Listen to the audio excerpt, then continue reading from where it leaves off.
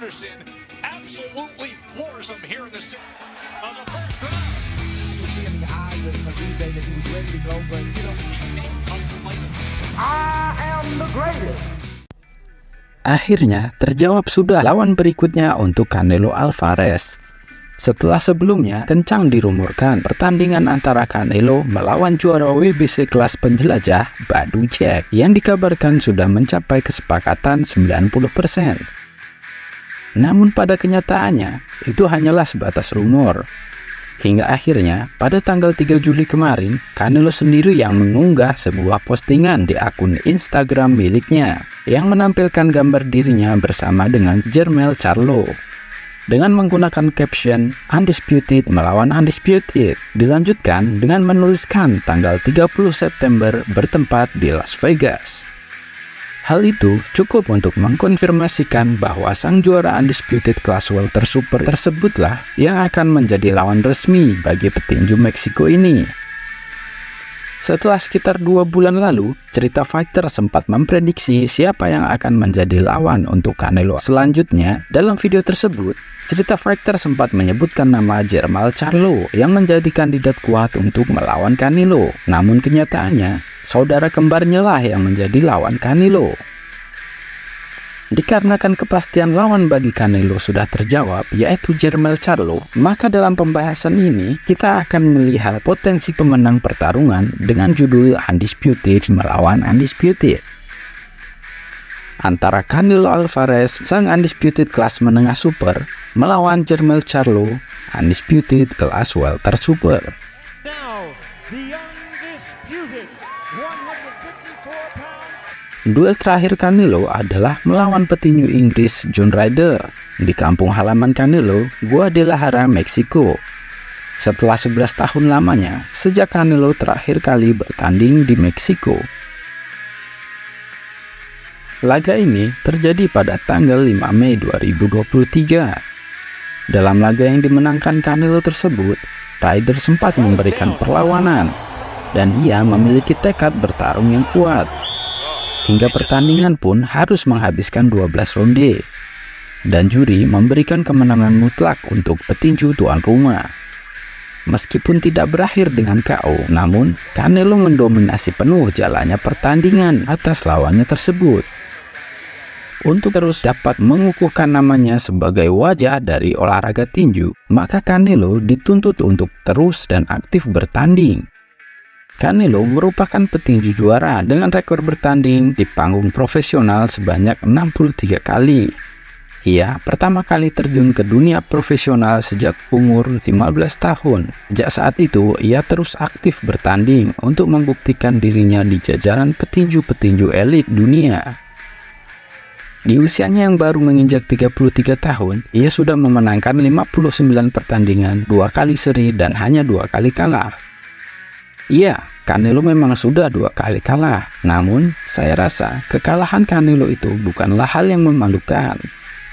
Karena kekalahan pertama dialami Canelo pada 2013. Saat Canelo muda yang saat itu berusia 23 tahun, harus menghadapi Floyd Mayweather Jr. dalam laga unifikasi gelar. Dalam laga itu, Canelo muda diberi pelajaran berharga oleh Floyd Mayweather Jr.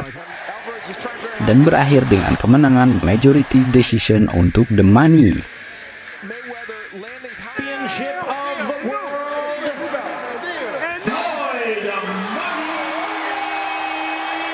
Sedangkan kekalahan kedua Canelo terjadi pada Mei 2022 yang lalu. Kekalahan ini terjadi ketika Canelo saat itu ingin merebut sabuk di kelas berat ringan untuk melawan sang juara WBA Super, Dimitri Bivol. Keputusan Canelo untuk naik kelas pun berakhir bencana baginya. Bertarung di kelas barunya ini, Canelo tampak sangat lambat dan pukulannya pun mampu dihindari oleh Bivol. Alhasil, Canelo pun harus kalah dengan angka mutlak oleh petinju Rusia tersebut. Dan ia dipaksa untuk kembali ke kelas asalnya. Usai laga itu, tim Canelo berulang kali meminta agar rematch segera dilakukan. Akan tetapi, negosiasi di antara kedua petinju tersebut tidak menemui kesepakatan sampai dengan hari ini. Jermell Charlo sendiri merupakan petinju undisputed di kelas welter super dengan rekor 37 kali bertanding dan hanya 1 kali kalah, ditambah 1 kali imbang, membuatnya sangat mendominasi di kelas welter super. Namun, ia sudah lama tidak aktif dalam pertandingan. Terakhir kali bertanding yaitu pada Mei 2022 atau lebih dari 1 tahun yang lalu. Mungkin bisa dibilang ini merupakan laga yang tepat bagi mereka berdua di saat Jermell tidak aktif. Di sisi lain, Canelo tak kunjung menemukan lawan. Maka, matchup keduanya dibilang paling pas untuk saat ini. Terlebih lagi, kedua jagoan ini memegang semua sabuk di divisinya masing-masing. Jermell pun sudah mempersiapkan untuk menaikkan berat badannya yang saat ini ia berada di divisi welter super dengan berat 69,8 kg menuju ke berat di kelas menengah super yaitu 76,2 kg. Jika dibandingkan dengan Canelo yang bertinggi 173 cm di atas kertas, ukuran fisik Jermell lebih menguntungkan untuk pertandingan 30 September besok.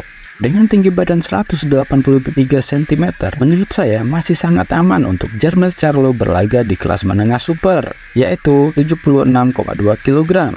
Jika dibandingkan dengan Canelo Alvarez yang bertinggi 173 cm di atas kertas, ukuran fisik Jermell lebih menguntungkan untuk pertandingan pada 30 September besok. Kedua petinju ini sama-sama mempunyai gaya ortodoks, namun karena tinggi badan Jermell lebih unggul, maka jangkauannya pun juga lebih panjang dibandingkan dengan Canelo Alvarez.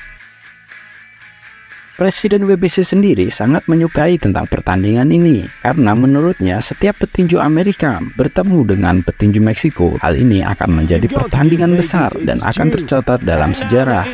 Terlebih ketika kedua petinju tersebut memiliki gelar undisputed, maka hal itu akan lebih menarik, ungkap Sulaiman. Rencana pertarungan itu telah menimbulkan berbagai reaksi dari penggemar dan pengamat tinju karena mereka menganggap petinju Meksiko itu mengambil keuntungan tersendiri dengan memaksa pihak lawan untuk naik kedua divisi. Duel besar ini pun mendapat perhatian dari pecinta tinju di seluruh dunia. Namun Oscar De La Hoya memiliki pandangan sebaliknya. Menurutnya, Canelo Alvarez mengambil resiko yang besar dengan memilih Jermell Charlo sebagai lawannya dan bukannya kembarannya yaitu Jermell Charlo. Oscar De La Hoya berpandangan seperti itu karena berdasarkan pengalamannya sendiri saat dikalahkan Manny Pacquiao yang pada saat itu dipaksa untuk naik dua divisi. De La Hoya merasa salut untuk Charlo karena mau menandatangani pertarungan ini dan dia jelas mempertimbangkan ketika membuat keputusan untuk melawan Canelo. Namun itu akan menjadi hal yang sulit, ungkap De La Hoya dalam sebuah wawancara. Lalu bagaimana pendapat Sobat Fighter? Apakah pertarungan ini memang menguntungkan untuk Canelo atau justru sebaliknya yaitu Jermell Charlo lah yang beruntung dan tentu bayaran besar yang akan ia dapatkan dalam laga ini. Jadi siapakah yang akan menang dalam laga undisputed melawan undisputed ini? Tulis komentar kalian.